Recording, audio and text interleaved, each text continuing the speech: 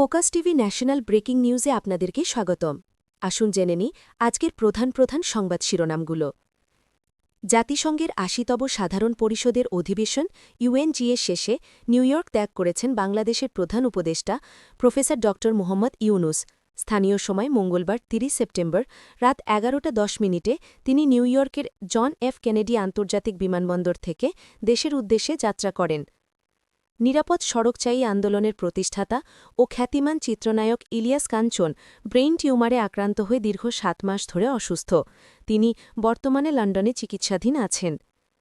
বিশ্ব শিশু দিবস উদযাপন উপলক্ষে জুলাই আন্দোলনে নিহত শিশুদের পরিবারকে সম্মাননা দেওয়ার সিদ্ধান্ত নিয়েছে সরকার। আগামী ৬ অক্টোবর দেশব্যাপী বিশ্ব শিশু দিবস পালিত হবে। এই উপলক্ষে ওই সম্মাননা দেবে সরকার। পুলিশের মহাপরিদর্শক বাহারুল আলমের বক্তব্য হিসেবে একটি ফটোকার্ড প্রচার করা হচ্ছে সামাজিক যোগাযোগ মাধ্যমে। এই ফটোকার্ডে প্রচারিত জামিন পাওয়া সংক্রান্ত বক্তব্য আইজিপির নয় বলে জানিয়েছে পুলিশ সদর দপ্তর। অন্তর্বর্তীকালীন সরকার সুষ্ঠু ও নিরপেক্ষ নির্বাচনের উপযুক্ত পরিবেশ তৈরিতে কাজ করছে বলে জানিয়েছেন ধর্ম উপদেষ্টা ড এএফ ম খালিদ হোসেন।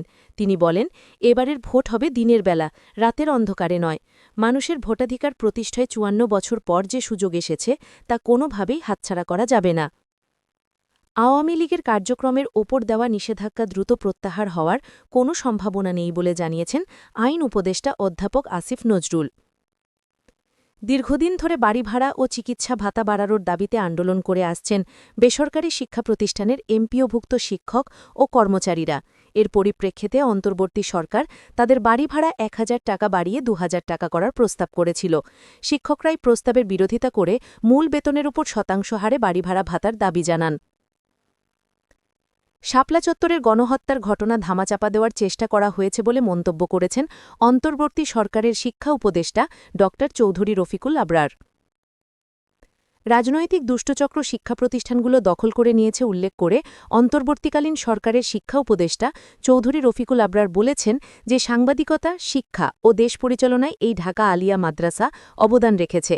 পূর্বে মাদ্রাসায় জঙ্গি নাটক সাজানো হয়েছে এবং শাপলা চত্বরে গণহত্যা চালানো হয়েছে। জাতিসংঘের প্রথম উচ্চ পর্যায়ের সম্মেলনে রোহিঙ্গাদের নতুন সাহায্য হিসাবে মার্কিন যুক্তরাষ্ট্র ও যুক্তরাজ্য $৯৬ মিলিয়ন প্রতিশ্রুতি ঘোষণা করেছে। এগুলোই ছিল আজকের প্রধান সংবাদ। পরবর্তী সংবাদের জন্য ফোকাস টিভির সাথেই থাকুন। ধন্যবাদ।